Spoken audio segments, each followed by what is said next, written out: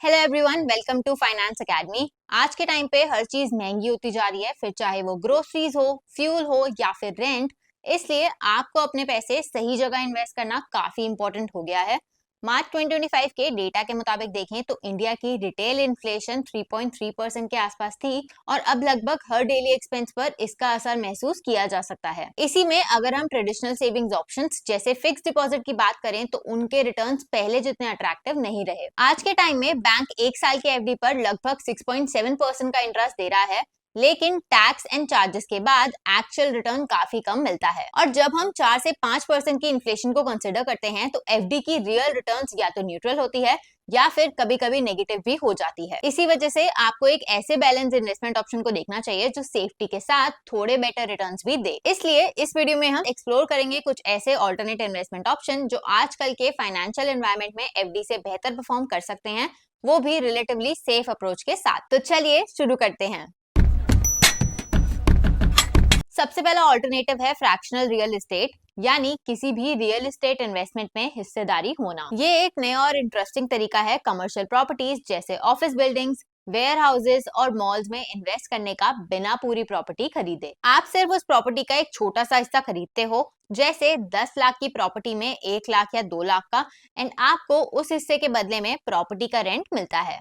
और जब प्रॉपर्टी की वैल्यू बढ़ती है तो आपको कैपिटल गेन्स भी मिलते हैं। इसलिए इस इन्वेस्टमेंट से जो रिटर्न्स आते हैं वो रेंटल इनकम और एसेट अप्रिसिएशन दोनों का कॉम्बिनेशन होता है। इस सेगमेंट में आजकल कुछ नए प्लेटफॉर्म्स हैं जैसे प्रॉप शेयर और ग्रिप इन्वेस्ट, जो high value real estate projects में स्मॉल इन्वेस्टर्स को पार्टिसिपेशन करने का मौका देते हैं। प्रॉप शेयर ने क्लेम किया था कि उनके इन्वेस्टर्स को 8 से 10% रेगुलर रेंटल यील्ड मिलता है और टोटल रिटर्न 17 से 20% तक जा सकते हैं। ये क्लेम्स इंडस्ट्री रिपोर्ट से भी मिलता जुलता है, जिसमें बताया गया है कि फ्रैक्शनल रियल एस्टेट ऑफर्स में IRR यानी internal rate of return typically 12 से 18% के बीच होती है। ग्रिप इन्वेस्ट के लीसेक्स जैसे प्रोडक्ट सेबी के रेगुलेशंस के अंडर आते हैं और ये प्लेटफॉर्म्स मंथली या क्वार्टरली रेंटल पेआउट्स के साथ 13 से 16% तक का रिटर्न ऑफर करने का क्लेम करते हैं।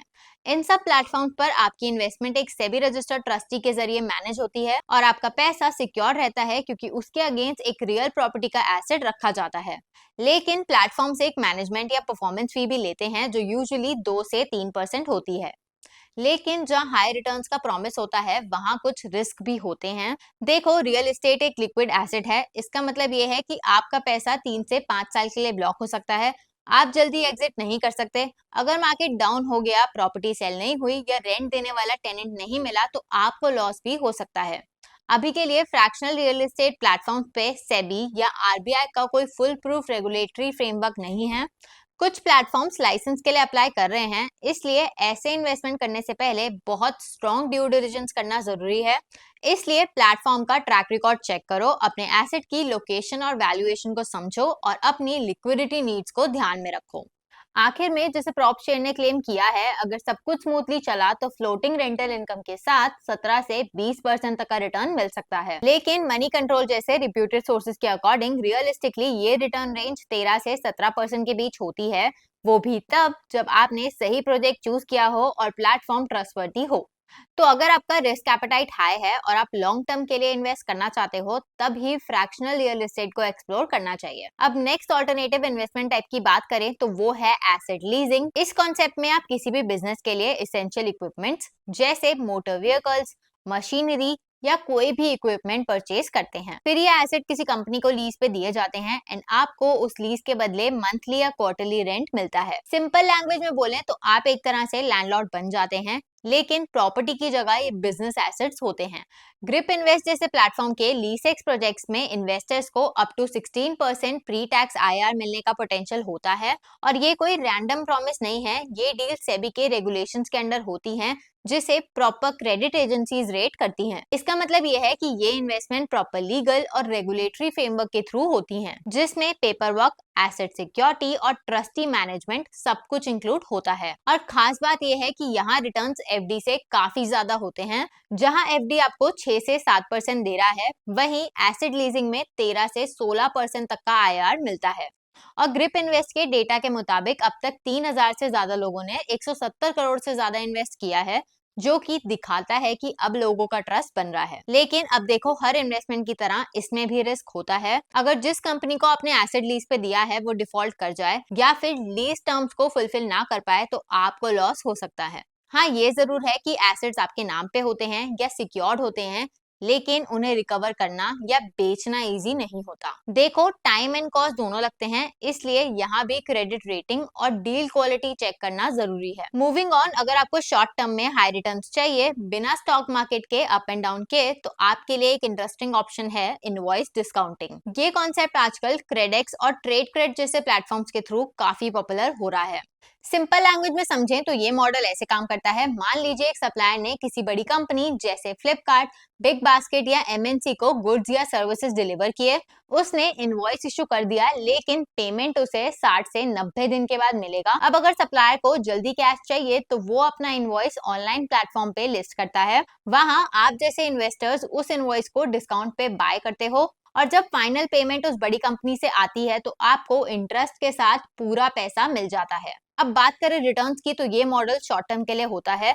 यूजुअली 30 से 90 दिन के अंदर ये क्लोज हो जाता है।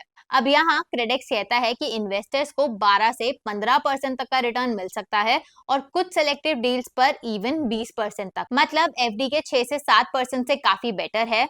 लेकिन हाँ, स्टार्टिंग में इन्वेस्टमेंट थोड़ी हाई होती है।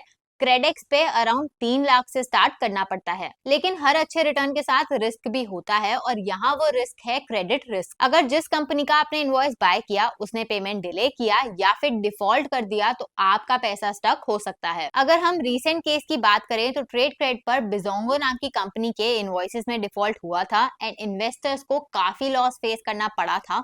तो हाँ, रिस्क तो रियल है। प्लेटफॉर्म्स जैसे क्रेडेक्स ये क्लेम करते हैं कि वो सिर्फ वेरीफाइड और ट्रस्टेड वेंडर्स के ही इनवॉइसेस अलाउ करते हैं, बट क्योंकि ये एनबीएफसीज और प्राइवेट कंपनीज के बीच ऑपरेट होती है तो रेगुलेशन बैंकिंग लेवल जितनी स्ट्रांग नहीं होती। आरबीआई की मॉनिटरिंग भी होती है, लेकिन अभी भी ये एरिया थोड़ा ग्रे जोन में आता है। अब देखो, बॉटम लाइन ये है कि इनवॉइस डिस्काउंटिंग एक स्मार्ट और फास्ट ट्रैक इन्वेस्टमेंट हो सकता है अगर आपको रिस्क हैंडल करना आता हो, और इसके रिटर्न्स एफडी के कंपैरिजन में डेफिनेटली बेटर हैं।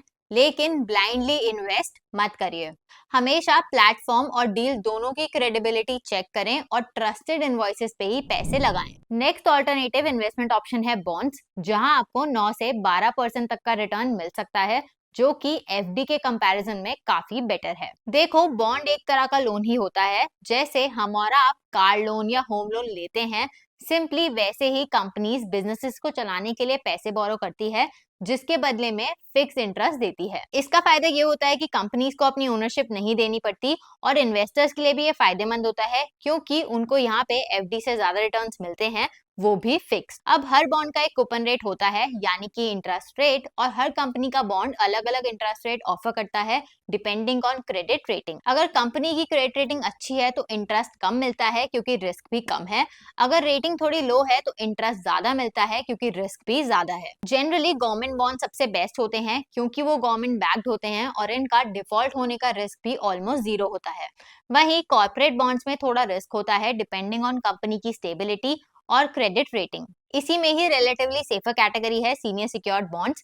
ये बॉन्ड्स की तरह ही सिमिलर होते हैं, लेकिन इनमें एक एक्स्ट्रा लेयर ऑफ सेफ्टी होती है। सीनियर सिक्योर्ड बॉन्ड में कंपनी कोई वैल्यूएबल एसेट जैसे रियल एस्टेट, मशीनरी या रिसीवेबल्स गिरवी रखती है एज सिक्योरिटी। और सीनियर का मतलब होता है कि कल को कंपनी डिफॉल्ट करती है तो सबसे पहले इन्हीं बॉन्ड होल्डर्स की पेमेंट होती है। इसी वजह से ये सिक्योर्ड और प्रायोरिटी बेस्ड रिपेमेंट स्ट्रक्चर के अंदर आते हैं। ऐसे बॉन्ड्स में आपको 9 से 12% तक का फिक्स रिटर्न मिल सकता है। ईटी मनी की रिपोर्ट्स के अकॉर्डिंग जब नॉर्मल कॉर्पोरेट या गवर्नमेंट बॉन्ड्स 6 से 8% तक का ही रिटर्न देते हैं, वहीं सीनियर सिक्योर्ड बॉन्ड्स में 10 से 11.5% तक का यील्ड मिलता है। और अगर आप एसबीआई, एक्सिस फाइनेंस जैसे एनबीएफसीज के बॉन्ड्स को चूज करते हैं तो आपको स्टेबल और प्रेडिक्टेबल इनकम मिल सकती है।